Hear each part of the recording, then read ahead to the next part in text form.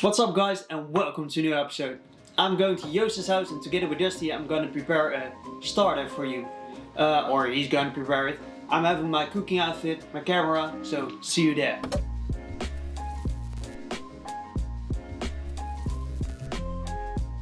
So we're going to show you how I make a starter. There's so many ways, so many resources. You can do it however it works for you. This works for me. And what we're also going to do is we're going to take the discard and we're going to feed that up, so that also becomes a starter again. I take it out every 7 days and feed it if I'm not going to use it.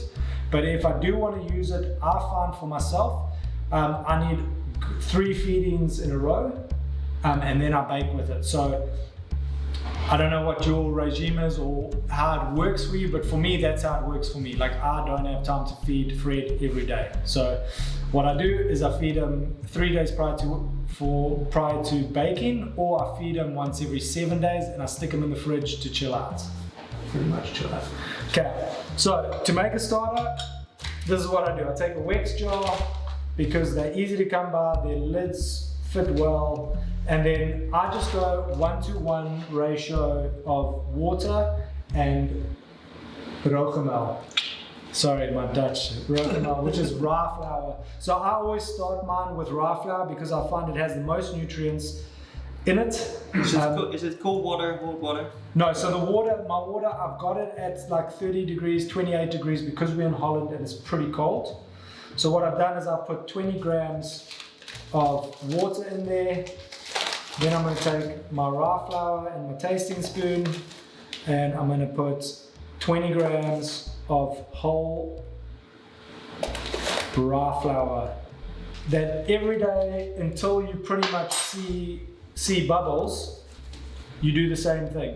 So start with a bigger jar. Like, what you can also use is 1 tablespoon and 1 teaspoon, like 1 tablespoon of flour, 1 tablespoon of water. I just always weigh, and I'm going to mix with Mauricia so that it all gets incorporated, because you want all the flour to be moist. And then you're going to keep this in a warm spot. You can also use your fingers. There's great bacteria on your fingers. Yeah, because there is wild yeast. It's amazing. So I've got that in there. That's pretty much it. You can scrape it down. You can see it. I've just mixed it up. And then I'm going to put my Wex lid on. It will breathe. And I'm going to leave that in a warm place until tomorrow, and then I'm going to add the same amount, and I'm going to go for maybe 4 days. I find with this rye flour, after 4 days I'm going to get a good fermentation. You're going to see the bubbles start coming, but then once I've made a starter, what I feed it with is equal white bread and equal rye.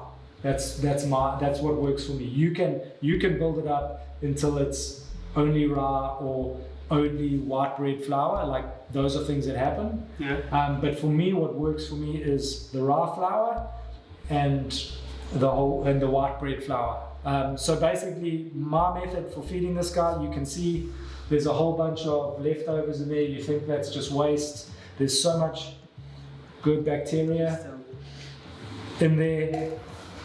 Timer scale, I'm going to go with 40 grams of water. And this is at 28 degrees, I measured it earlier. So I'm going to go with 40 grams of water. And if you could give me the rye flour, that would be fantastic. So we got our biological rye flour here from the Zuidermolen, Timer scale. And I'm going to put 20 grams of flour in there. And then I'm going to put 20 grams of white bread flour. This hard. Yeah, that one. So I'm going to put 20 grams of that in there. A bit more tricky with my big bag.